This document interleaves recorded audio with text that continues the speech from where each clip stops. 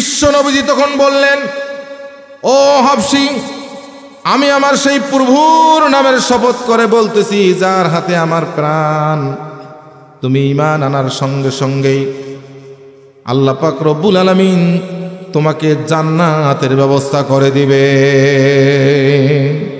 ও হাবশী, শুধু সেটাই নয়, যে জিনিসের জন্য তুমি চিন্তিত, তোমার চেহারাটা কুশ্রী কালো কদাকৃতির চেহারা, আমি বিশ্ব নবী মুহাম্মদ সাল্লাল্লাহু আলাইহি সাল্লাম তোমাকে ওয়াদা দিতেছি, তুমি জান্নাতে যাবে। জান্নাতে যাওয়ার সঙ্গে সঙ্গে তোমার এই কালো চেহারাটা, কুশ্রী চেহারাটা, কদাকৃতির চেহারাটা ফর্সা হয়ে যাবে, সাদা হয়ে যাবে, লাবণ্যময় হয়ে যাবে। আর তোমার চেহারার ভিতরে আল্লাহ পাক রব্বুল আলামিন এত নূর দিয়ে দিবেন যে নূরের আলো 1000 বছরের থেকেও চমকাতে থাকবে। জোরে বললে সুবহানাল্লাহ।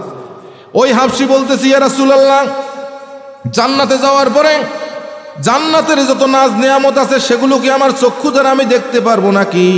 নবীজি বললেন, হ্যাঁ, অবশ্যই তুমি দেখতে পারবে। আল্লাহর নবীজির এই কথা শুনে হাবশী তখন 2 চোখের পানিগুলো ছেড়ে দিয়ে কান্না করা শুরু করলেন। কাঁদতে কাঁদতে কাঁদতে কাঁদতে এমন অবস্থা হয়ে গেল, ওই হাবশী ওই জায়গার মধ্যে দুনিয়ার থেকে বিদায় হয়ে গেল। শেষ পর্যন্ত বিশ্ব নবীজি, এই নব মুসলমান, নতুন মুসলমান তিনি হলেন। সঙ্গে সঙ্গে আল্লাহর নবীজি নিজ হাতেই তাকে দাফনের ব্যবস্থা করলেন। ইয়া আইয়ুহাল্লাযীনা আমানু সাল্লু আলাইহি ওয়া সাল্লিমু তাসলিমা। আল্লাহুম্মা সাল্লি আলা সাইয়্যিদিনা ওয়া নাবিয়্যিনা ওয়া শাফিঈনা ওয়া হাবিবিনা ওয়া মাওলানা মুহাম্মদ সাল্লাল্লাহু আলাইহি ওয়া আলা আলিহি ওয়া আসহাবিহি ওয়া বারাকা ওয়া সাল্লাম। আমাদের কষ্ট হচ্ছে, তাই না? তো কই, আমি পড়তেছি, আপনারা একটু দরুদ শরীফ পাঠ করেন না? যে নবীর শানে একবার দরুদ পাঠ করলে আল্লাহ রাসূল বলছেন তার উপর 10টা রহমত নাজিল করা হয়। জোরে বলি সুবহানাল্লাহ। তার 10টা গুনাহকে আল্লাহ পাক মাফ করে দেন এবং তার 10টা মর্যাদাকে আল্লাহ পাক বাড়ায় দেন।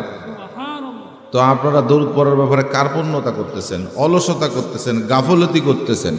একটু মনোযোগ সহকারে পড়েন। আল্লাহুম্মা সাল্লি আলা সাইয়্যিদিনা ওয়া নাবিয়্যিনা ওয়া শাফিঈনা ওয়া হাবিবিনা ওয়া মাওলানা মুহাম্মদ সাল্লাল্লাহু আলাইহি ওয়া আলা আলিহি ওয়া আসহাবিহি ওয়া বারাকা ওয়া সাল্লাম। বালাগাল উলা বিকামালিহি كشف الدجى بجماله حسنت جميع خصاله صلوا عليه وآله لا إله لا إله لا إله إلا الله لا إله إلا الله لا إله لا إله إلا الله محمد رسول الله صلى الله عليه وسلم। কারি আখতারউদ্দিন রহমতুল্লাহ আলাইহি নুরানিয়া হাফিজিয়া মাদ্রাসা কর্তৃক আয়োজিত আজকের এই প্রথম বার্ষিক ইসলামী মহাসম্মেলনের সম্মানিত সভাপতি পীর কামেল আলহাজ হজরত মাওলানা আব্দুল বাতেন সাহেব দামাত বারকাতুহুম, মোহতামিম মদিনাতুল উলুম মাদ্রাসা বীররামপুর ভাট্টিপাড়া, সম্মানিত হাজিরিন, এখানে যেহেতু অনেক ওলামায়ে কেরামের নাম আছে, তাই না? সময় যেহেতু কম এবং অনেক মেহমানের নাম আছে যাদের মর্যাদা আল্লাহ পাক অনেক গুণে বাড়ায় দিয়েছেন। যেহেতু আমার আগেও যিনি এখানে বয়ান করলেন আপনাদের এলাকার কৃতি সন্তান, তাই না? সুন্দর ওয়াজ আপনারা শুনলেন এবং মাগরিবের পর থেকে অনেক ওলামায়ে কেরাম এখানে ওয়াজ করেছেন। তো আমি সময়ের অভাবে নামগুলো বলতে পারলাম না, এতে আপনারা কি বেদার হবেন নাকি? তাই না? তো বিশেষ করে মঞ্চে উপবিষ্ট আছেন আমার মাতার তাজ, সমস্ত নবী রসুলগণের রুহানি আওলাদ, দিনের অতন্দ্র প্রহরী হযরত উলামায়ে কেরাম, যাদের মর্যাদা আল্লাহ পাক স্বয়ং নিজেই দিয়েছেন। ইয়ারফাউল্লাহুল্লাযিনা আমানু মিনকুম ওয়াল্লাযিনা উতুল ইলমা দারাজাত। আল্লাহ বলছেন আমি ওই সমস্ত লোকের মর্যাদাকে বাড়াই দিছি যারা হচ্ছে আলেম এবং যারা ঈমানদার।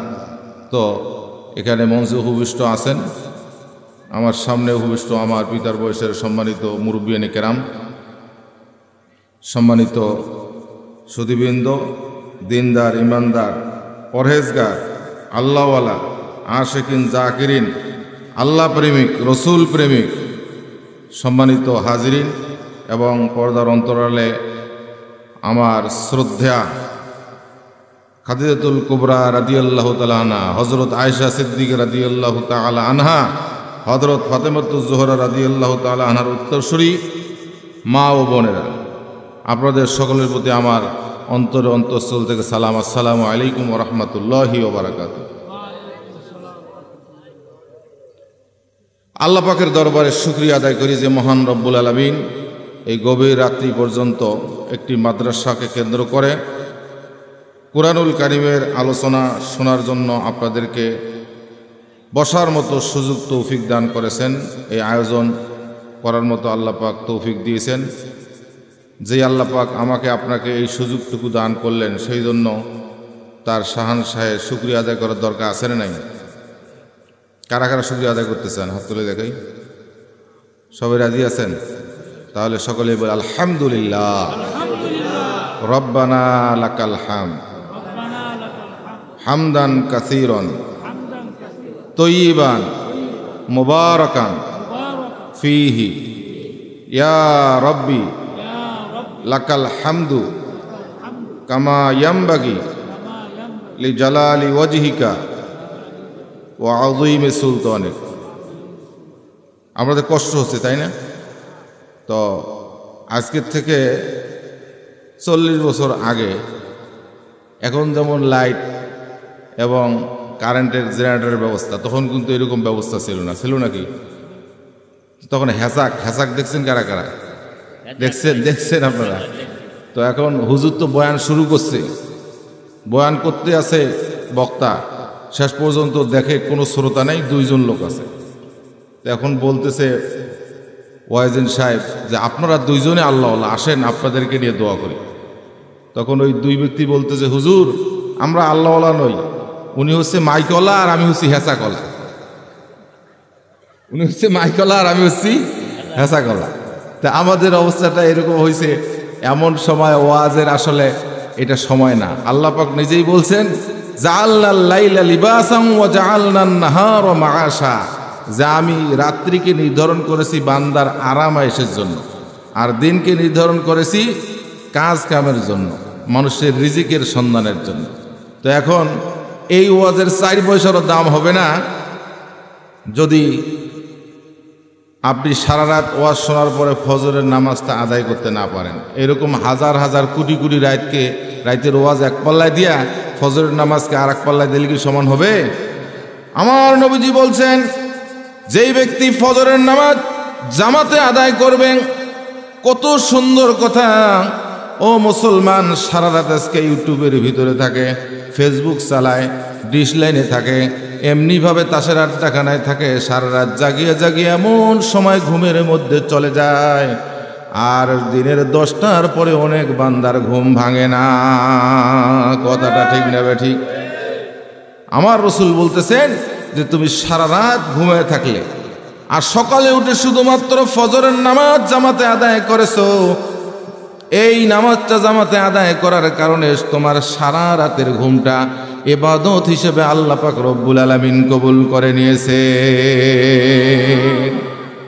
তো আসলে আমি তো বুদ্ধিতেও মোটা, মানে মানুষ একটু মোটাসোটা না, সবাই জানে যে এই হুজুর মোটাও যেমন বুদ্ধিতেও মোটা তেমন। তো এখন আমার ওয়াজ ইউটিউবে বহুত ছাড়ছি, কিন্তু মানুষ আমার তেমন বেশি একটা দাওয়াত টাওয়াত দেয় না।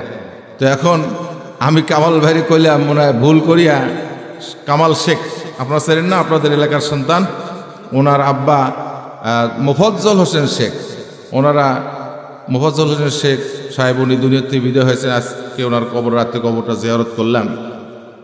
আপনারা সকলে দোয়া করুন, আল্লাহ পাক বেচারাকে জান্নাতুল ফেরদৌস দান করুক, সকলে বলে আমিন। আমার সঙ্গে তার দেখা হয়েছে, তো তারপরে কুশল বিনিময় হয়েছে অনেকদিন আগে। আমি যেখানে আসি গাজীপুর কোনাবাড়িতে, তো এই কামাল ভাইকে বললাম যে ভাই আসলে মনে হয় ভুল করে আপনি আমাকে এই ব্যবস্থাটা করলেন। তো অনেক সময় কয় না, দেখেন আত্মীয় স্বজন বাড়িতে দীর্ঘদিন যাবৎ না আসলে, বেড়াইতে না আসলে, হঠাৎ করে যখন আসে তখন বাড়িওয়ালা বলে যে আপনি কি আজকে রাস্তা ভুল করছেন নাকি, এরকম বলেন অনেক সময়, যে বলে ভুলে খেয়ে মনে হয় আমার বাড়িতে আসছেন আজকে, এরকম বলিনি আমরা? আমার কথা বুঝতে কি আপনাদের সমস্যা হয় নাকি? তো এখন তো সেই কথাটা হচ্ছে যে মূলত আমি যে বিষয়ের উপর আলোচনা করতে চাইছিলাম, কিন্তু আপনারা তো মনে হয় শুনবেন না, কারণ হলো সময়ের অভাব, আর একটু পরে ঘুমের ঝিমুনি ধরবে। তো আপনারা কারা কারা রাজি আছেন শোনার জন্য? রাজি আছেন? রাজি আছেন, আলহামদুলিল্লাহ। আর এই কয়েকজন, যাক আল্লাহ কবুল করুক। যুগ জামানা পাল্টে দিতে চাই না অনেকজন, এক মানুষে আনতে পারে জাতির জাগরণ। ভাইয়ের আমার, কালিলুম মিন ইবাদিয়াশ শাকুর, কোরআন শরীফে আল্লাহ বলছেন আমার বান্দাগণের মধ্য থেকে অল্প সংখ্যক বান্দাই আমার শুকরিয়া আদায় করে। তো আমার এই আজকের মাহফিলটা বিশেষ করে আমি লক্ষ্য করেছি যে একটা ভালোবাসার নিদর্শন হিসেবে, অনেক মহব্বত আমার এই কামাল ভাইয়ের সঙ্গে। আমরা এক পাড়ায় বা এক জায়গায় এক মসজিদে নামাজ কালাম আদায় করি, বা একই মহল্লায় আমরা দীর্ঘক্ষণ সময় কাটাই। ওই হিসেবে মহব্বত, ভালোবাসাটাই এখানে নিয়ে আসছে। আমি চিন্তা করছিলাম যে ভালোবাসা নিয়ে আজকে আলোচনা করব, দীর্ঘ আলোচনা করব, কিন্তু সময় তো আর কতক্ষণ, সর্বোচ্চ আমি 1 ঘন্টা আলোচনা করতে পারবো। আপনাদেরও ধৈর্য 1 ঘন্টা ধরবে কি না সন্দেহ আছে। তো এই ভালোবাসাটা বিভিন্ন অর্থে অনেকজন নিতে পারে। এখন যুবক যারা আছে তারা তো মনে করছে এমন হুজুর পাইছে আজকে, ভালোই হুজুর পাইছে, তাই না? যে ভালোবাসার ব্যাপারে তো সাপোর্ট দিয়ে যাবে, আমরাও ভালোবাসা করব। তো আসলে ভালোবাসাটা বিভিন্ন সিস্টেমে আছে, তাই না? হ্যাঁ, একজন মানুষ আর একজন মানুষকে ভালোবাসতে হবে, এটাই ইসলামের বিধান। যেমনিভাবে একজন মুমিনের সঙ্গে আর একজন মুমিনের গভীর ভালোবাসা থাকবে। আল্লাহ রসুল বলতেছেন যে এক মুমিন আর এক মুমিন হচ্ছে ভালোবাসার প্রতীক। আল মুমিনু মা'লাফন ওয়ালা খায়রা ফামিন লা ইয়ালাফু ওয়ালা ইউলাফু। আল্লাহ রসুল বলতেছেন মুমিন হচ্ছে ভালোবাসার প্রতীক এবং দয়ার প্রতীক। এক মুমিন আর এক মুমিনকে ভালোবাসবে, এটাই হচ্ছে সিস্টেম, এটাই হচ্ছে নিয়ম। ওই ব্যক্তির মধ্যে কোনো কল্যাণ নাই, ওই ব্যক্তির মধ্যে কোনো ভালো নাই যে একজনকে ভালোবাসে না এবং সে নিজেও ভালোবাসা প্রাপ্ত হয় না। ভালোবাসতে হবে এবং ভালোবাসা প্রাপ্ত হতে হবে। পরস্পরের মধ্যে কি থাকতে হবে? ভালোবাসা, মায়া, মহব্বত। এটাই কি করবে? আপনাকে আল্লাহ পাকের আরশে আজিমের ছায়ার নিচে কিয়ামতের ময়দানে স্থান দিয়ে দিবেন। জোরে বলি না সুবহানাল্লাহ। আমার ভাইরা, হাদিসে আছে কিয়ামতের ময়দানে আল্লাহ পাক ডাক দিয়ে বলবেন আইনাল মুতাহাব্বুনা বিজালালি আল ইয়াউমা আজিল্লুহুম। কোথায় সেই 2 মুমিন যারা একজন আরেকজনকে ভালোবাসতো আমার মহব্বতে, আমার কারণে? আজকে তোমরা আসো, আমি মহান রব্বুল আলামিন তোমাদেরকে আমার আরশে আজিমের ছায়ার নিচে স্থান দিয়ে দেব। কিয়ামতের দিন আল্লাহর আরশে আজিমের ছায়া ছাড়া কোনো ছায়া থাকবে না। সেই দিন আল্লাহ পাক এই 2 মুমিন বান্দাকে, টাকাও লাগে নাই, পয়সাও লাগে নাই। আপনি একজনকে ভালোবাসবেন, কামাল ভাইকে আমি কোনদিন দাওয়াত দিয়ে খাওয়াই নাই, তবে আজকে উনি আমাকে সেই রকম খাবার খাওয়াইছে, বুঝছেন? হয়তো মাঝে মাঝে আমার একটা ব্যবসায়িক প্রতিষ্ঠান আছে, আমি একজন ডাক্তার মানুষ। আমি সারসিনা আলিয়া মাদ্রাসা থেকে কামিল পাস করার পরে একটা মসজিদের ইমামতি করতাম। ওই সুযোগে আমি ড্রাগ লাইসেন্স করার জন্য সরকারের পরীক্ষা দেই এবং তারপরে সেটা পরীক্ষা পাশ করার পরে আমি আপনার ফার্মাসিউটিক্যালে সিগারেট একজন ফার্মাসিস্ট, এবং আমার ড্রাগ লাইসেন্সের মাধ্যমে আমি একটা ব্যবসায়িক প্রতিষ্ঠান আছে, বা আমি একজন ডাক্তার পেশায়। তো ওই হিসেবে কামাল ভাই মাঝে মাঝে হয়তো আমার সঙ্গে বিভিন্নভাবে যোগাযোগ। তো আমিও কোনোদিন ওনাকে দাওয়াত দিয়ে খাওয়াই নাই, কিন্তু আজকে উনি আমাকে দাওয়াত দিয়ে খাওয়াইছে, আমি একটা রেডি হয়ে গেছি। তো এই যে ভালোবাসার প্রতীক হিসেবে দেখলাম যে ওনাদের ভাইদের মধ্যে অনেক মিল, অনেক মহব্বত, অনেক ভালোবাসা, এবং ওনার বাবার সুনাম সুখ্যাতি। এবং কামাল ভাই একটা ভালো র্যাঙ্কেও চাকরি করে, একটা প্রতিষ্ঠানের খুব ভালো র্যাঙ্কে চাকরি করে, এবং তার যে ঊর্ধ্বতন কর্মকর্তা এবং নিম্ন স্তরে যারা আছে তারা সকলেই তাকে অনেক সম্মান, ইজ্জত, শ্রদ্ধা দেয়। যার কারণে আমাদের ভিতরে একটা ভালোবাসার প্রতীক হিসেবে আজকে আমি এখানে আসতে পেরেছি, এই জন্য আমি আল্লাহর কাছে আপনাদের সকলকে নিয়ে আবারও শুকরিয়া আদায় করি, বলি আলহামদুলিল্লাহ। আমার ভাইরা, তো আসলে এই ভালোবাসা যাদের অন্তরের ভিতরে থাকবে, দেখেন ভালোবাসাটা কত বড় একটা মারাত্মক ব্যাপার, যে আপনি আমার মা এবং বাবার দিকে ভালোবাসা তো ক্লাসিফিকেশন আছে। আপনার বোনকে একভাবে ভালোবাসতে হবে, আপনার স্ত্রীকে একভাবে ভালোবাসতে হবে, এক মুমিন আর এক মুমিনকে একভাবে ভালোবাসতে হবে, তারপরে এমনিভাবে আপনার প্রতিবেশীকে ভালোবাসতে হবে, এমনিভাবে সাহাবায়ে কেরামকে ভালোবাসতে হবে, আল্লাহর ওলিদেরকে ভালোবাসতে হবে, ওলামায়ে কেরামকে ভালোবাসতে হবে, তারপরে সবচেয়ে বেশি ভালোবাসতে হবে বিশ্বনবী মুহাম্মদ সাল্লাল্লাহু আলাইহি ওয়াসাল্লামকে, এবং তার মাধ্যমে ভালোবাসা প্রাপ্ত হবে কার? আল্লাহ পাকের।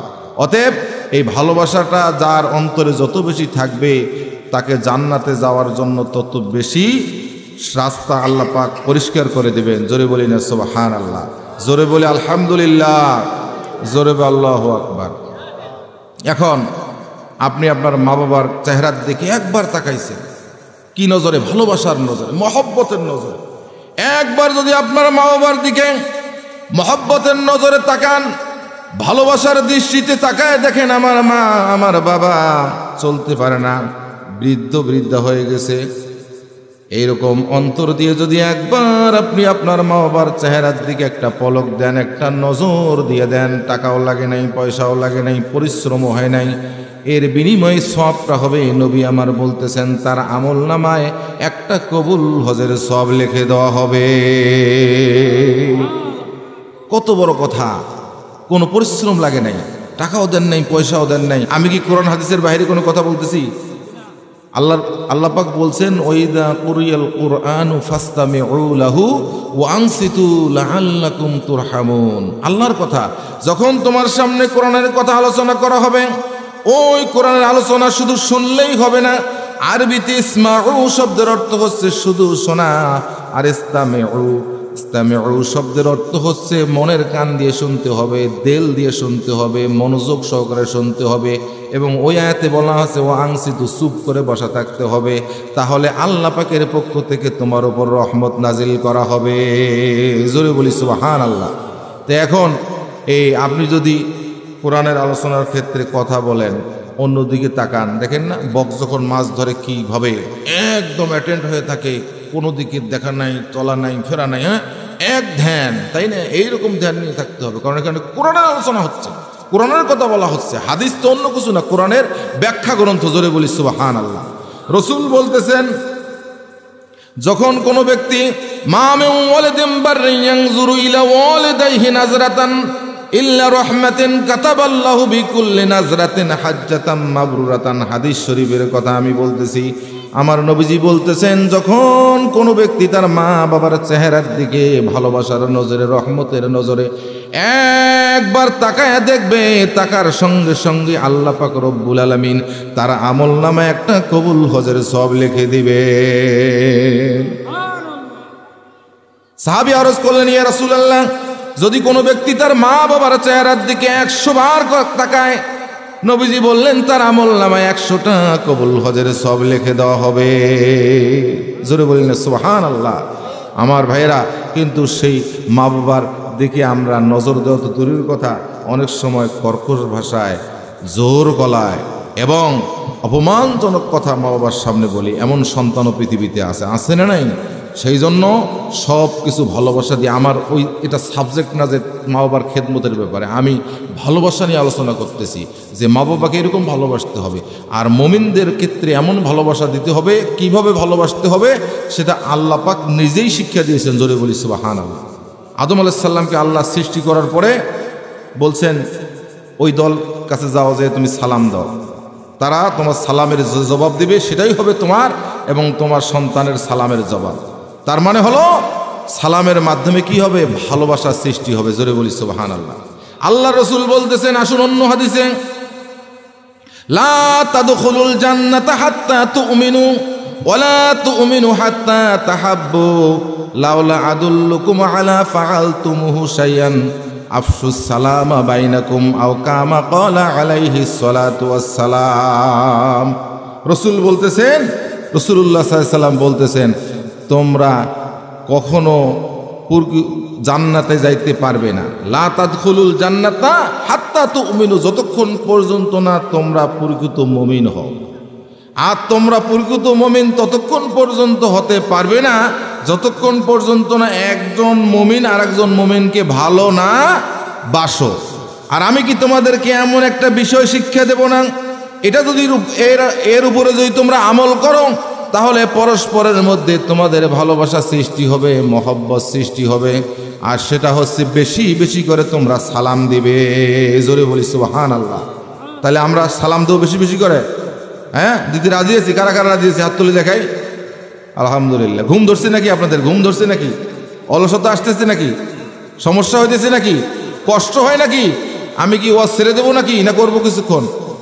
করবো। অনেকেই তো বলে না করবো। যুবক ভাইরা কি করবো? আলোচনা করবো তো আমার ভাইরা। সেই জন্য এই ভালোবাসা দিয়ে সব কিছু জয় করতে হবে। আমার নবী সাল্লাল্লাহু আলাইহি সাল্লাম ভালোবাসা দিয়েই এই পৃথিবীর সব মানুষগুলোকে কি করছিলেন? সেই সাহাবায়ে কেরাম, আল্লাহ রসুল যখন ইন্তিকাল করেন বিদায় হজের ভাষণে 1,24,000 সাহাবী ছিলেন। জোরে বলি সুবহানাল্লাহ। অথচ গোটা একটা জাতি তার বিপক্ষে ছিল। সেই জন্য ভালোবাসা দিয়ে সব জয় করতে হবে। আপনার স্ত্রীর দিকে আপনি একবার ভালোবাসার নজরে তাকাবেন, ভালোবাসার নজরে। বেগানায় কোনো মেয়ের দিকে যদি কোনো পুরুষ তাকায় তাহলে সওয়াব আছে না নেকি আছে? হ্যাঁ, কেমন গুনাহ? এমন কি জিনার কোনো হয়ে যেতে পারে। এমন হাত দ্বারা যদি স্পর্শ করেন আরো জঘন্য গুনাহ হয়ে যাবে। কিন্তু আমার নবীজি বলতেছেন, যখন কোনো একজন পুরুষ, কোনো একজন এইরকমভাবে একজন পুরুষ তার স্ত্রীর সঙ্গে মহব্বতের কারণে ভালোবাসা দিয়ে হাতের সঙ্গে হাতটা মিলিয়ে দিবে, সঙ্গে সঙ্গে মুসাফা করবে, তাদের হাতের ফাঁক দিয়ে আল্লাহ পাক রব্বুল আলামিন তাদের জীবনের সব গুনাহ খাতাগুলো মাফ করে দিবেন। জোরে বলেন না সুবহানাল্লাহ। জোরে বলে আলহামদুলিল্লাহ। জোরে বলে আল্লাহু আকবার। তাহলে মুসাফা তো করতে হবে। আমার স্ত্রীকে সালামও দিতে হবে। সালাম দেওয়ার দরকার আছে না নাই? বাড়িতে যা কি আমরা আমাদের ভাবি সাহেবদেরকে সালাম দেই, এটা এই ভালোবাসা শুধু ভাই ভাবির মধ্যে থাকতে হবে না, আমার মা বাবার মধ্যে থাকতে হবে, চাচা চাচির মধ্যেও থাকতে হবে, তাই না? সকলের মধ্যে থাকতে হবে, নারী এবং পুরুষ, যেহেতু তারা একটা জোড়া। আল্লাহ পাক তাদেরকে সৃষ্টি করেছেন, আমাদের আদি পিতা এবং আদি মাতা, সে থেকে তো সৃষ্টি হয়ে আসছে। তো এখন যদি আপনার সাথে ঝগড়া থাকে, আপনার সাথে বাদ বিসম্বাদ থাকে, মনোমালিন্য থাকে, তাহলে কি সালাম বিনিময় হবে? বলেন, বাড়িতে যে কি সালাম বিনিময় হবে? হবে না। এমনকি মুসাফা তো দূর পরের কথা, এমনকি বিছানায় শুয়েও একজন আর এক মুখে আর একজন আর এক মুখে, কি এরকম হয় কি না? মুখে মুখে হইলে কথা বলতে হবে। এখন সেই দিন এক বুজুর্গ বলতেছে যে, বুঝলাম, আমাকে জিজ্ঞাসা করতেছে যে মানুষ কাতারের মাঝে যদি ফাঁকা রাখে, নামাজে দাঁড়াই না আমরা, নামাজে দাঁড়ার পরে কি কাতারে ফাঁকা রাখা যাবে? ফাঁকা রাখা যাবে? শয়তান সেখানে দাঁড়ায়। শয়তান কোথায় দাঁড়ায়? শয়তান কোথায় দাঁড়ায়? বোঝে না, বলেন না। তাহলে আমার কথা মনে হয় বুঝতেছেন না আপনারা। কাতারের মাঝে যদি ফাঁক ফাঁক করিয়ে দাঁড়ান, মিলিয়ে মিলিয়ে না দাঁড়ান, তাহলে ওই ফাঁকের মধ্যে কে দাঁড়ায়? শয়তান দাঁড়ায়। আর শয়তান বসে কোথায় তাহলে? না, শয়তান বসে মানুষের কলবে। আর শয়তানু, হাদিস শরীফ দ্বারা প্রমাণিত, আর শয়তানু জাসিমুন আলা কলবি ইবনে আদম, শয়তান মানুষের কলবের উপরে, অন্তরের উপরে হাঁটু করে বসা থাকে। ফাইদা দাকার আল্লাহ খানাসা, যখন মানুষ আল্লাহর জিকির করে শয়তান সেখান থেকে পালায়ন করে। জোরে বলি সুবহানাল্লাহ। আর যখন মানুষ আল্লাহর জিকির থেকে অলসতা হয়, গাফিল হয়ে যায়, বিমুখ হয়ে যায়, তখন শয়তান তার অন্তরের মধ্যে কুমন্ত্রণা দিয়ে তার দ্বারাই গুনার কাজ করায়। সেই জন্য আল্লাহ জিকির করার দরকার আছে না নাই? তাহলে শয়তান দাঁড়ায় কাতারের মাঝে ফাঁকা রাখলে, শয়তান বসে অন্তরে কলবের উপরে। শয়তান শোয় কোথায়? শয়তান শুয়ে থাকে কোথায়? যখন স্বামী স্ত্রীতে ঝগড়া হওয়ার পরে, ভাই ভাবি, চাচা চাচি, তাই না, মা বাবা, ঝগড়া হওয়ার পরে একই বেডে যদি স্বামী এমুখ হয়ে শোয় আর স্ত্রী যদি এই মুখ হয়ে শোয়, মাঝ দিয়ে কে থাকে? কে থাকে?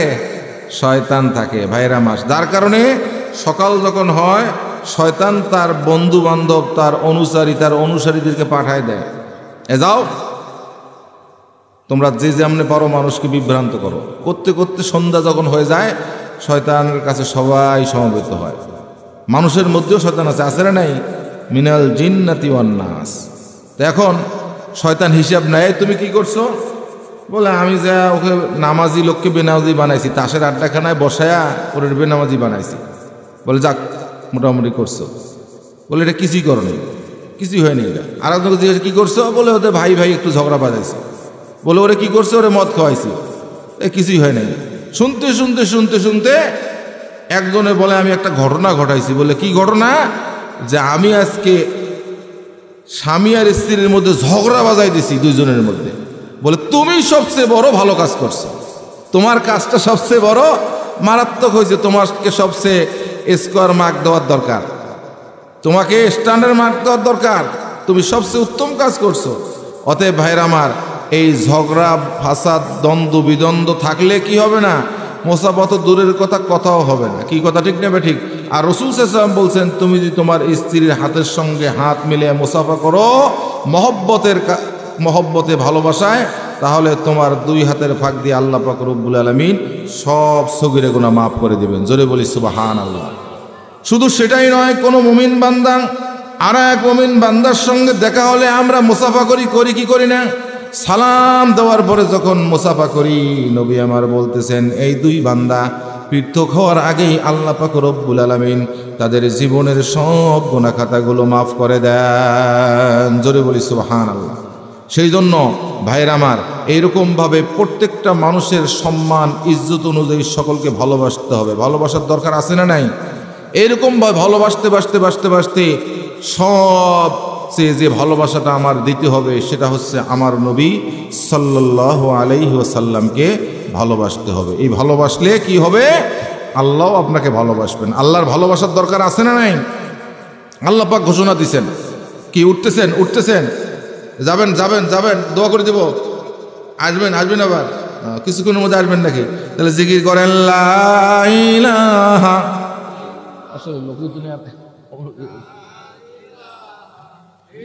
বসেন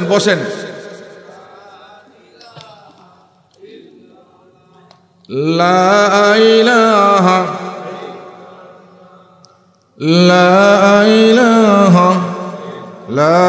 ইলাহা ইল্লাল্লাহু মুহাম্মাদুর রাসূলুল্লাহ সাল্লাল্লাহু আলাইহি ওয়াসাল্লাম। আল্লাহ পাক বলতেছেন, কুল ইন কুনতুম তুহিব্বুনাল্লাহ। বলে আল্লাহু আকবার। কুল ইন কুনতুম তুহিব্বুনাল্লাহ ফাত্তাবিউনি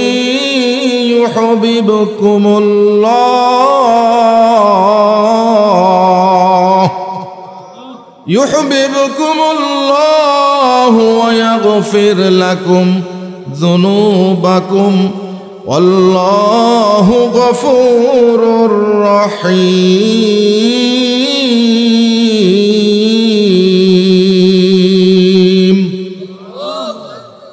আল্লাহ বলতেছেন, হে নবী, যদি তারা আমাকে ভালোবাসতে চায়, যদি আল্লাহর ভালোবাসা কোনো মুমিন পাইতে চায়, আল্লাহকে যদি প্রেম নিবেদন করতে চায়, ফাত্তাবিউনি, তাহলে হে নবী আপনি বলে দিন তারা যেন আপনি মুহাম্মদ সাল্লাল্লাহু আলাইহি ওয়াসাল্লামের অনুকরণ করে।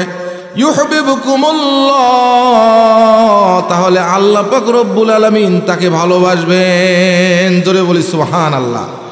এই যে আমরা এক মুমিন আর এক মুমিনকে ভালোবাসি, স্বামী স্ত্রীকে ভালোবাসি, তাই না?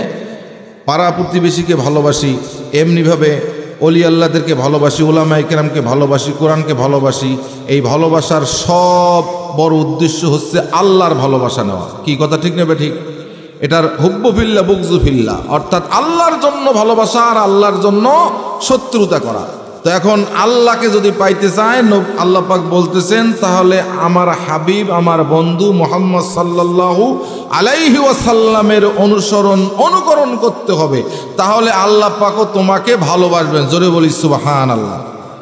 শুধু ভালোবাসা শেষ হবে না, ওয়া ইয়াগফির লাকুম যুনুবাকুম। আল্লাহ পাক রব্বুল আলামিন, তুমি যখন আল্লাহর ভালোবাসা পেয়ে যাবে, আল্লাহর মহব্বত পেয়ে যাবে, আল্লাহ পাক রব্বুল আলামিন করে দিবেন, তোমার সব গুনাহ খাতা মাফ করে দিবে। আল্লাহু গফুরুর রহিম। বলে আল্লাহু আকবার। কারণ আল্লাহ হচ্ছে ক্ষমাশীল আর দয়াবান। আমার ভাইয়েরা, আল্লাহর নবীর ভালোবাসা ছাড়া কেউ কি জান্নাতে যাইতে পারবো? কেউ পারবো জান্নাতে যাইতে? কোনো উপায় নাই। যার কারণে রসুল বলতেছেন, লা ইউমিনু আহাদুকুম হাত্তা আকুনা আহাব্বা ইলাইহি মিন ওয়ালিদিহি ওয়া ওয়ালাদিহি ওয়ান নাস আজমাইন। আমার ভাইরা, বর্তমানে যে বক্তার যত বেশি হাদিয়া তার শ্রোতাও তত বেশি। কি কথা ঠিক নেবে? ঠিক। আমি যে মানুষদেরকে বলি যে ভাই আমাকে একটু দাওয়াত দেন, আমি আপনার মাদ্রাসার জন্য কিছু উন্নয়ন করব, কোনো ডিমান্ড নেই, কোনো টাকা পয়সা নেই। তো দেখা যায় যে বলছিলাম যে কথাটা, যে আমি আসলে মনে হয় বুদ্ধিতে মানুষও মোটা, বুদ্ধিতেও মোটা। এখন কোনো মসজিদে যদি একটু ইন্টারভিউ দিতে যাই, কলে ওই যে ওই হুজুরক নেন, ওই হুজুরের স্বাস্থ্য ভালো, মোটা। এখন মোটা হলে যে জ্ঞানের কমতি আছে তা জানে না। যে অনেকে এটাই জানে, আমার বংশীয়ভাবে আত্মীয় স্বজন জানে যে ও একটু হ্যাবলা, ও একটু বুদ্ধিতে মোটা, ও বেশি মানে সাদা সিধে সহজ সরলভাবে চলে। আসলে অনেক সময় অনেক ওলামায়ে কেরাম দেখা গেছে বুজুর্গানের দিন, তারা সহজ সরলভাবে জীবনটা যাপন করে। আল্লামা মোল্লা জীবন রহমতুল্লাহ আলাইহি বড় মাপের আলেম, নুরুল আনোয়ার কিতাব লিখেছেন। তিনি রাস্তা দিয়ে হাঁটতেছেন, ওনাকে এক লোক বলতেছে, হুজুর আপনার স্ত্রী তো বিধবা হয়ে গেছে। কি বলছে? যে হুজুর আপনার স্ত্রী বিধবা হয়ে গেছে। তো এখন তিনি কাঁদতে কাঁদতে অস্থির হয়ে গেছে, দৌড়ে গেছে বাড়িতে। এই স্ত্রী যে বলছে, অমুকের মা তুমি বলে বিধবা হয়ে গেছো। তো এখন মহিলাদের উপস্থিত বুদ্ধি অনেক বেশি, এটা জানবেন, খেয়াল রাখবেন। যার কারণে আমার রসুল বলছে, তুমি যখন কোনো কাজ করবে তোমার স্ত্রীর সাথে পরামর্শ করো। জোরে বলি না সুবহানাল্লাহ। স্ত্রীর সাথে কি করতে হবে? পরামর্শ করো। যার কারণে যখন তিনি যে স্ত্রীকে বলছে তুমি বলে বিধবা হয়েছো, আচ্ছা বলেন কোন পুরুষ জীবিত থাকতে তার স্ত্রী কি বিধবা হয়ে যায়? হ্যাঁ, হয় নাকি? এখন উনি আশ্চর্য হয়ে গেছে, তুমি জীবিত থাকতে আমি বিধবা হই কেমনে? তুমি তো বাইসে আছো মানুষটা, এখন তো জীবন্ত, আমি বিধবা হই কেমনে? তো আমাকে যে অমুক লোকে বললো, মানে উনি এত জ্ঞানী ব্যক্তি, কিন্তু তারপর উনি চিন্তা করছে যে যেমন তার আন্দাজটাও কি হয়ে যায় তেমন হয়, তাই না? যে ভালো মানুষ সে মনে করে তামাম পৃথিবীর মানুষ ভালো। যে মিথ্যা কথা বলে না সে জানে যে আসলে কোনো মানুষের মনে মিথ্যে কথা বলে না। যে যেমন তার আন্দাজও তেমন। তো অবস্থাটা হচ্ছে এই। তো এখন আমি বলি যে ভাই একটু আমাকে দাওয়াত দেন, আমাকে একটু ওয়াজের সুযোগ দেন, আমি একটু আপনাদেরকে ওয়াজ শোনাবো, কোরআনের কথা শোনাবো, হাদিসের কথা শোনাবো। তো এখন দেখা যায় সারা মাসে একটা দুইটা দাওয়াত। অবশ্য বাংলাদেশের বিভিন্ন ডিস্ট্রিক্টে গেছি, যাই, কিন্তু খুব কম দাওয়াত। তো একটু দোয়া করবেন আল্লাহ যেন আমাকে এই মানুষের সামনে কোরআন হাদিসের কথা বলার মতো পরিবেশ কায়েম করার তৌফিক দান করে। সকলে বলে আমিন। তবে প্রতিদিন আমার একটা ক্লাস আছে, তাফসির মাহফিলের একটা অনুষ্ঠান আছে, প্রতিদিন ঈশান নামাজ বাদে হয়। যখন ওয়াজ মাহফিল হয় সেখানে ওয়াজে যাই। আর পবিত্র জুমার দিনে খুতবাই, যে আগামীকাল শুক্রবার জুমার দিন, ওই দিন তো আমাদেরকে থাকতেই হবে। যার কারণে ইচ্ছে ছিল যে কামাল ভাইয়ের এলাকায় একটু বেড়ায় যাই, আপনাদের সাথে উঠা বসা করি। কারণ আমার এই এলাকার অনেক ছেলেপেলে আমাদের ওই এলাকায় আছে, তাই না? অনেকেই পরিচিত ব্যক্তি আছে, কিন্তু দুর্ভাগ্য যে থাকতে পারবো না। তো বলতেছিলাম একটা হাদিস, আল্লাহ রসুল বলছেন যে কখনো তুমি মুমিন হতে পারবে না যতক্ষণ পর্যন্ত না মুহাম্মদ সাল্লাল্লাহু আলাইহি ওয়াসাল্লামকে তোমার ছেলে, মেয়ে, স্ত্রী, তোমার মা বাবা, আত্মীয় স্বজন, পাড়া প্রতিবেশী, পৃথিবীর সব মানুষের চেয়ে ভালোবাসতে হবে। কাকে? মুহাম্মদ রাসূলুল্লাহ সাল্লাল্লাহু আলাইহি ওয়াসাল্লামকে। ভাইরা আমার, ভালোবাসা কাকে বলে? ভালোবাসার তো বিভিন্ন ক্লাসিফিকেশন আছে, তাই না? মুখে মুখে ভালোবাসা, তারপরে দেখা যায় যে মোটামুটি একটু একটু আছে, তারপরে অন্তরে অন্তরে, কিন্তু গভীরের থেকে গভীরের ভালোবাসা আছে। আছে না নাই? আছে না নাই? তার প্রমাণ হলো হযরত আবু বকর সিদ্দিক রাদিয়াল্লাহু তাআলা আনহু। আমার ভাইয়েরা, সকলেই তো রাসূলের সাহাবী, তাই না? 1,24,000 সাহাবী, সকলেই তো রাসূলের সাহাবী, যাদের ব্যাপারে আল্লাহ পাক রব্বুল আলামিন বলছেন রাদিয়াল্লাহু আনহুম ওয়া রাদওয়ান, যে আল্লাহ পাক তাদের সব গুনাহ খাতাগুলো ক্ষমা করে দিয়েছেন, আল্লাহ পাক তাদের উপর সন্তুষ্ট হয়ে গেছেন, এবং সাহাবায়ে কেরামও আল্লাহর উপর সন্তুষ্ট। জোরে বলি সুবহানাল্লাহ। কিন্তু তারপরেও মর্যাদার ক্ষেত্রে ক্লাসিফিকেশন আছে না নাই? আবু বকরের সম্মান আর ওমরের সম্মান কি এক হবে? এক হবে? কথা বলে না। কেমন সম্মানটা? ওমর রাদিয়াল্লাহু তাআলা আনহু তিনি আবু বকর সিদ্দিক রাদিয়াল্লাহু তাআলা আনহুকে বলছেন যে ভাই আবু বকর, আমার যত নেকি আছে সব নেকি আমি তোমাকে দিয়ে দিই। সব নেকি তুমি নিয়ে নেবে, কিন্তু তোমার একটা নেকি যদি হিজরত করার রাত্রিতে আল্লাহ রসুলের সঙ্গে সেই গুহার ভিতরে যে তুমি আশ্রয় নিয়েছিলে গারে শহরের ভিতরে, সেই নেকিটা আমাকে দাও, আর আমি আমার জিন্দিগির সব নেকি তোমাকে দিয়ে দেব। তার মানে হলো আবু বকর সিদ্দিক রাদিয়াল্লাহু তাআলা আনহুর ওই একটা নেকি এক পাল্লায় দিয়ে ওমরের সব নেকি এক পাল্লায় দিলেও সমান হবে না। হবে নাকি বলেন? হবে না।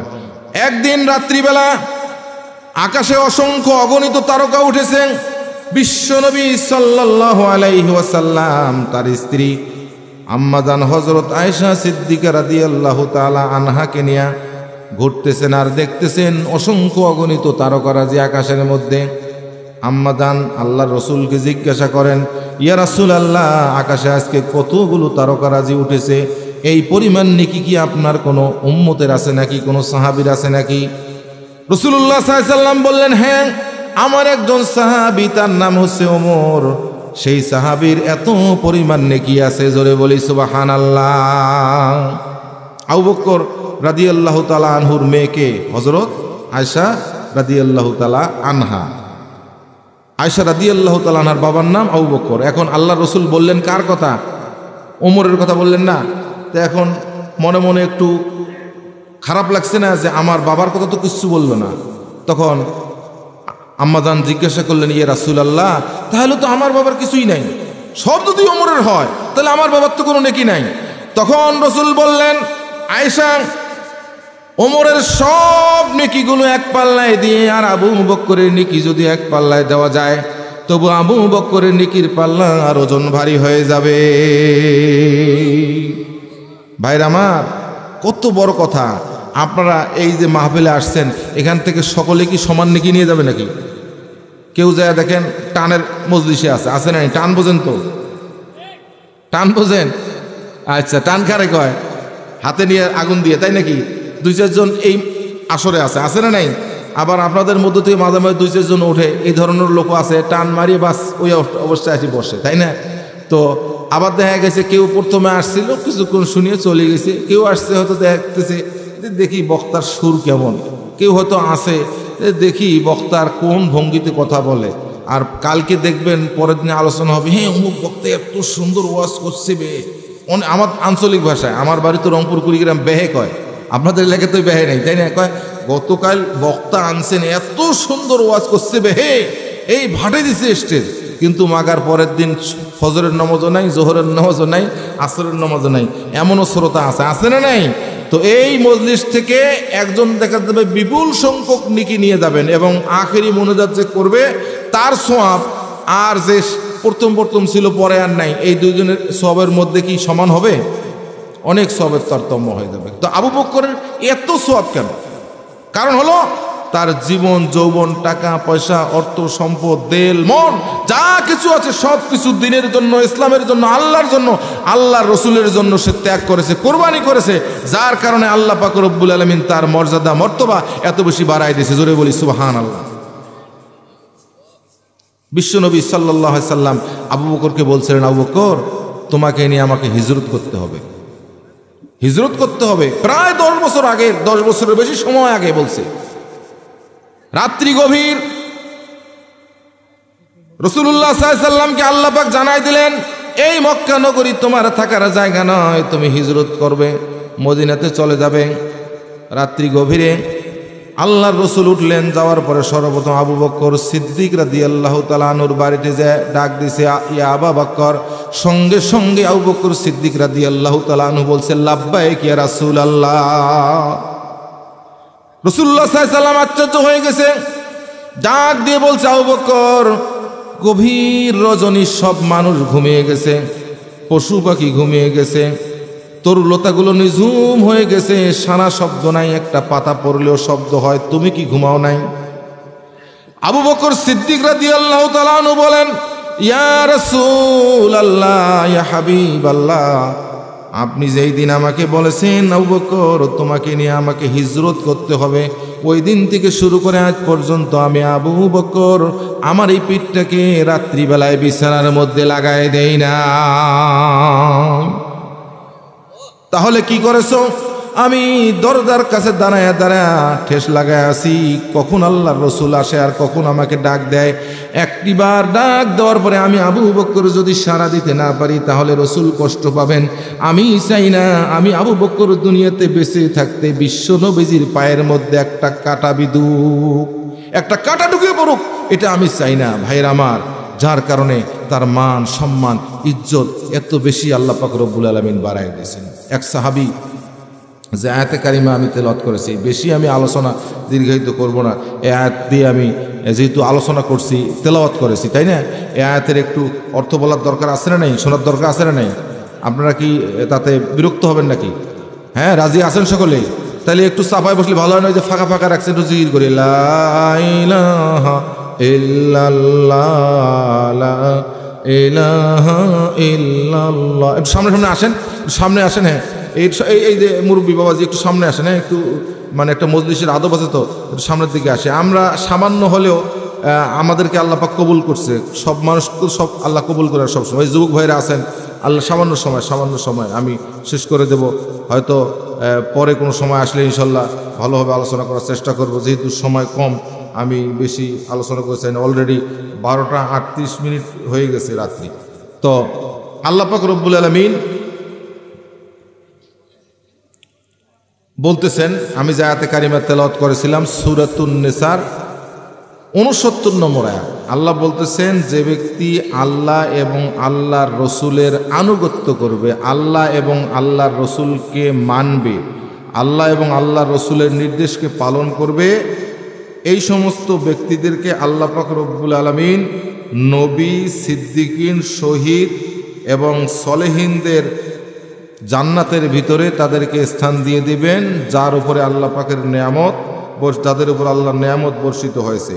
আর এই সমস্ত ব্যক্তিরা কতই না উত্তম বন্ধু, জোরে বলি সুবহানাল্লাহ। এই আয়াতে কারিমা নাজিল হওয়ার পিছনে কারণ হলো আম্মাদান তাফসিরে ইবনে কাসিরের ভিতরে আসছে, আম্মাদান আয়েশা সিদ্দিকা রাদিয়াল্লাহু তাআলা আনহা তিনি বলতেছেন যে একজন সাহাবী আল্লাহর রসুলের কাছে এসে বলছি, ইয়া রাসূলুল্লাহ, আমি আপনাকে এত ভালোবাসি, আমার যে একটা জীবন আছে, আমার যে একটা প্রাণ আছে, আমার যে একটা জান আছে, এর চেয়ে আল্লাহর রসুলকে বেশি ভালোবাসতে হবে কি হবে না?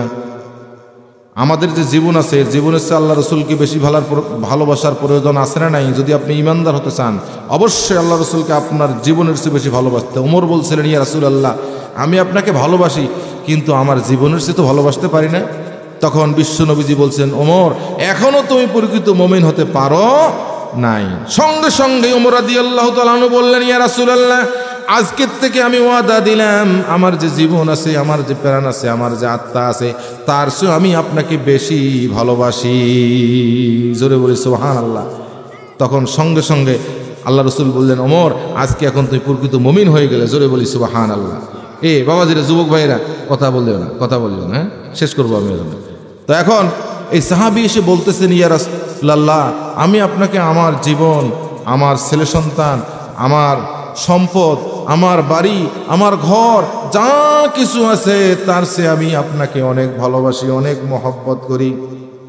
ইয়া রাসূলুল্লাহ, আমি যখন বাড়িতে যাই আমার মনটা ছটফট করে, আমার মনের মধ্যে অশান্তি লাগে, খালি সময় গুনতে থাকি কোন সময় একটা সুযোগ পেয়ে যাব, আমি আপনার সঙ্গে দেখা করব, আপনার সঙ্গে সাক্ষাৎ করব। আমার ভাইয়েরা, সাহাবায়ে কেরাম যখন ক্ষুধার্ত হয়ে যেত, পিপাসার্ত হয়ে যেত, আল্লাহর নবীর চেহারার ভিতরে আল্লাহ পাক রব্বুল আলামিন এমন নূর দিয়ে দিছেন, একবার তাকায় দেখলে তাদের ক্ষুধা, পিপাসা, চিন্তা সব দূর হয়ে যেত।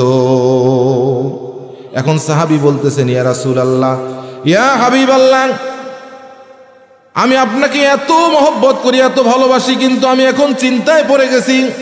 আপনি যখন দুনিয়ার থেকে বিদায় হয়ে যাবেন, ইন্তেকাল করবেন, আমিও তো দুনিয়াতে থাকবো না, ইন্তেকাল করব, জানি না আমি জান্নাতে যাইতে পারবো কি পারবো না, তারও তো কোনো গ্যারান্টি নাই। আর যদি জান্নাতে যাই, তবুও তো আপনি নবী হিসেবে নবুয়তের একটা দরজা আপনার আছে, সেই জায়গায়, সেই জান্নাতের ভিতরে উচ্চ মাকামে আপনি থাকবেন। আপনার সঙ্গে আমার কোনো দেখা হবে না, সাক্ষাৎ হবে না, ওই চিন্তা আমি চিন্তিত, পেরেশানির মধ্যে আছি, রাসূলুল্লাহর কোনো সমস্যার সমাধান করা যায় কিনা। রাসূল সাল্লাল্লাহু আলাইহি ওয়াসাল্লাম চুপ থাকলেন, কোনো কথা বললেন না। সঙ্গে সঙ্গে জিবরাইল আমিন এই আয়াতে কারিমা নাজিল করে নিয়ে আসলেন। জোরে বলি সুবহানাল্লাহ। আল্লাহ পাক এই আয়াতে কারিমা নাজিল করলেন, জানাই দিলেন, হে নবী, তুমি তোমার সেই উম্মতকে জানাই দাও যারা আল্লাহ এবং আল্লাহর রাসূলকে অনুসরণ করবে তারা সেই জান্নাতে থাকবে, নবীরা যে জায়গায় থাকবে, সিদ্দিকিন, শহীদরা এবং নেককার বান্দারা যে জায়গায় থাকবে সেই জায়গায় তাদেরকে স্থান দিয়ে দেওয়া হবে। জোরে বলি সুবহানাল্লাহ। তো আমার ভাইরা, সেই জন্য নবীজিকে মহব্বত, ভালোবাসা, এটা যে কোনো বর্ণের ব্যক্তি হোক, যে কোনো বংশের ব্যক্তি হোক, যে কোনো পদমর্যাদাধারী ব্যক্তি হোক না কেন, তাকে আল্লাহর রসুলের সান্নিধ্যে, আল্লাহর রসুলের সংস্পর্শে তাকে নিয়ে যাবে এবং সেই জান্নাতের মধ্যে আল্লাহ পাক তার স্থান দিয়ে দেবেন, অথবা আল্লাহর রসুলের সঙ্গে তার দেখা করার, সাক্ষাৎ করার সুযোগ করে দেবেন। জোরে বলি না সুবহানাল্লাহ। একজন হাবশি, কালো রঙের মানুষ, তাই না? যেমন বিলাল রাদিয়াল্লাহু কালো ছিল না ফর্সা ছিল? বিলাল কালো ছিল না ফর্সা ছিল? এবং কালোরও তো ক্লাসিফিকেশন আছে, আছে না? কালোর তো ক্লাসিফিকেশন আছে। আমাদের দেশের যে লোকটা সবচেয়ে কালো, ওই লোকটাকে যদি আফ্রিকা, ক্যামেরুন, নাইজেরিয়া, যারা হাজি সাহেব কয়জন আছেন এখানে? একটু হাত তুলে দেখাই। হাজি সাহেব আল্লাহর ঘর হজ করছেন, আলহামদুলিল্লাহ। আপনি আচ্ছা, হাতে হাজি হলেন কিভাবে? আপনি হজ করছেন কারা কারা? কেউ নাই? আল্লাহ কবুল করুক। নিয়ত করেন আল্লাহ যেন আপনাদের পৌঁছায় দেয়। আপনারা হজে না গেলে বোঝা যায় না যে আসলে ইসলামটা কি, কোরআনটা কি, নবী কি, বুঝছেন? এগুলো ইমানি শক্তি বৃদ্ধি করে দেয়। মুসলমানের ভ্রাতৃত্ব বন্ধন কালে বলে, হ্যাঁ, ভ্রাতৃত্ব বন্ধনটা কাকে বলে এটা বোঝা যায় হজে গেলে আমার ভাইয়েরা। তো আসলে ভালোবাসা দিয়ে শুরু করছিলাম, ওই বিস্তারিত আলোচনা করার সুযোগ পাইলাম না। তো এখন হজে গেলে দেখা যায় যে এই নাইজেরিয়া, ক্যামেরুন, তারপরে দক্ষিণ আফ্রিকার যে সমস্ত কালো মানুষ, ওই কালো মানুষগুলোকে আমাদের দেশের যে লোকটা সবচেয়ে কালো, তাকেও যদি দুইজনকে একখানে দাঁড় করান, তবু আমাদের দেশের সবচেয়ে কালোটাকে ফর্সা মনে হবে। জোরে বলি না সুবহানাল্লাহ। তাহলে তারা কত কালো? তো বিলাল রাদিয়াল্লাহু তাআলা আনহু এরকম কালো ব্যক্তি ছিলেন। পৃথিবীতে 3 জন ব্যক্তি কালো এবং নিম্ন বংশের হওয়ার পরেও তাদের মর্যাদা আল্লাহর কাছে অনেক বেশি হয়ে গেছে। জোরে বলি সুবহানাল্লাহ। 3 জন কে কে? লোকমান হাকিম। পবিত্র কোরআন শরীফে আল্লাহ পাক লোকমান নাম দিয়ে একটা সূরা দিয়েছেন। জোরে বলি সুবহানাল্লাহ। তিনি কিন্তু নবী রাসূল নন, কিন্তু তারপরে তার নামটা দিয়ে আল্লাহ পাক একটা কোরআন শরীফের সূরা দিয়েছেন। তার কারণ তার মান, মর্যাদা, ইজ্জত অনেক বেশি। আর হচ্ছে বিলাল রাদিয়াল্লাহু তাআলা আনহু কালো, কিন্তু তার মান মর্যাদা এত বেশি, তিনি আজান না দিলে আল্লাহর আরশে আজিমে আজান পৌঁছায় নাই। আরেকজন হচ্ছে ওমর রাদিয়াল্লাহু তাআলা আনহুর গোলাম মাহজা রাদিয়াল্লাহু তাআলা, তিনিও কালো ছিলেন, নিম্ন বংশের ছিলেন, কিন্তু তার মান মর্যাদা অনেক বেশি আমলের কারণে। তো একজন হাবশি সে এসে বলতেছে, ইয়া রাসূলুল্লাহ, আল্লাহ রসুলকে বলতেছে, ইয়া রাসূলুল্লাহ, আমি তো কালো মানুষ, আমি তো কুশ্রী মানুষ, কোনো সৌন্দর্যতা নাই, কোনো ধরনের আমার মধ্যে ফর্সা নাই, আমি তো একদম কদাকৃতির লোক। ইয়া রাসূলুল্লাহ, আল্লাহ পাক আপনাকে এমন চেহারা দিয়েছেন, এত সৌন্দর্যতা দিয়েছেন, এই রকম চেহারা পৃথিবীতে আর আল্লাহ পাক কাউকে দেন নাই। জোরে বলি সুবহানাল্লাহ। পূর্ণিমার চাঁদের চেয়ে আমার নবীর চেহারা ভালো ছিল না খারাপ ছিল? পূর্ণিমার চাঁদের চেয়ে আমার নবীর চেহারা ভালো ছিল, আমার নবীর কোনো ছায়া ছিল না। জোরে বলি সুবহানাল্লাহ। তার কারণ আল্লাহ পাক আমার নবীকে এত সুন্দর রূপ লাবণ্য তৈরি করেছিলেন, সৃষ্টি করেছিলেন, যে আর পৃথিবীতে এই ধরনের ব্যক্তি কারোর পক্ষে এইভাবে আসা বা আল্লাহ পাক তাকে সৃষ্টি করেন নাই। ইউসুফ আলাইহিস সালামকে আল্লাহ পাক অনেক সৌন্দর্য সৃষ্টি করেছিলেন, কিন্তু আমার নবীর ব্যাপারটা অনেক ভিন্ন, অনেক আলাদা। তো ওই হাবশি বলতেছে, ইয়া রাসূলুল্লাহ, আপনি তো বংশ মর্যাদার দিক থেকে শ্রেষ্ঠ বংশে আল্লাহ প্রেরণ করেছেন, জ্ঞানের দিক থেকে তো আপনি অনেক জ্ঞানের অধিকারী, এমনিভাবে আল্লাহ পাক আপনাকে অনেক মর্যাদা দিয়েছেন। এখন আমি যদি ঈমান আনি তাহলে আপনার সঙ্গে জান্নাতে থাকতে পারবো? বিশ্ব নবীজি তখন বললেন, ও হাবশি, আমি আমার সেই প্রভুর নামের শপথ করে বলতেছি, যার হাতে আমার প্রাণ, তুমি ঈমান আনার সঙ্গে সঙ্গেই আল্লাহ পাক রব্বুল আলামিন তোমাকে জান্নাতের ব্যবস্থা করে দিবে। ও হাবশি, শুধু সেটাই নয়, যে জিনিসের জন্য তুমি চিন্তিত, তোমার চেহারাটা কুশ্রী, কালো, কদাকৃতির চেহারা, আমি বিশ্বনবী মুহাম্মদ সাল্লাল্লাহু আলাইহি সাল্লাম তোমাকে ওয়াদা দিতেছি, তুমি জান্নাতে যাবে, জান্নাতে যাওয়ার সঙ্গে সঙ্গে তোমার এই কালো চেহারাটা, কুশ্রী চেহারাটা, কদাকৃতির চেহারাটা ফর্সা হয়ে যাবে, সাদা হয়ে যাবে, লাবণ্যময় হয়ে যাবে। আর তোমার চেহারার ভিতরে আল্লাহ পাক রব্বুল আলামিন এত নূর দিয়ে দিবেন যে নূরের আলো 1000 বছরের থেকেও চমকাতে থাকবে। জোরে বললেন সুবহানাল্লাহ। ওই হাবশী বলতেছি, ইয়া রাসূলুল্লাহ, জান্নাতে যাওয়ার পরে জান্নাতের যত নাজ নিয়ামত আছে সেগুলো কি আমার চক্ষু দ্বারা আমি দেখতে পারবো নাকি? নবীজি বললেন, হ্যাঁ অবশ্যই তুমি দেখতে পারবে। আল্লাহর নবীজির এই কথা শুনে হাবশী যখন 2 চোখের পানিগুলো ছেড়ে দিয়ে কান্না করা শুরু করলেন, কাঁদতে কাঁদতে কাঁদতে কাঁদতে এমন অবস্থা হয়ে গেল ওই হাবশী ওই জায়গার মধ্যে দুনিয়ার থেকে বিদায় হয়ে গেল। শেষ পর্যন্ত বিশ্ব নবীজি এই নব মুসলমান, নতুন মুসলমান তিনি হলেন। সঙ্গে সঙ্গে আল্লাহর নবীজি নিজ হাতেই তাকে দাফনের ব্যবস্থা করলেন। জোরে বলি সুবহানাল্লাহ। সেই জন্য আমার ভাইরা, আল্লাহর নবীকে ভালোবাসলে আল্লাহ পাকও আপনাকে ভালোবাসবেন। অতএব আল্লাহর ভালোবাসা আমাদের প্রয়োজন আছে না নাই? আমি সময় দীর্ঘায়িত করতে চাই না, কারণ হলো অটোমেটিক রাত প্রায় 1টা বাজছে, আমাদেরকে ঘুমাইতে হবে, ফজরের নামাজ পড়তে হবে। অন্য কোনো সময় পাইলে ইনশাল্লাহ আপনাদের মাঝে আমি আলোচনা রাখার চেষ্টা করব। ওমা তৌফিকি ইল্লা বিল্লাহ। একটু জিকির করি, লা ইলাহা ইল্লাল্লাহ।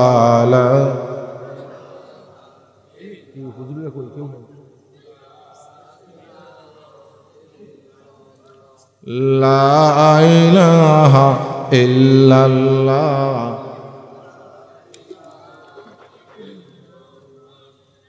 লা ইলাহা, লা ইলাহা, লা ইলাহা, লা ইলাহা ইল্লাল্লাহু মুহাম্মাদুর রাসূলুল্লাহ সাল্লাল্লাহু আলাইহি ওয়াসাল্লাম। সকল ভাই একবার সূরা ফাতিহা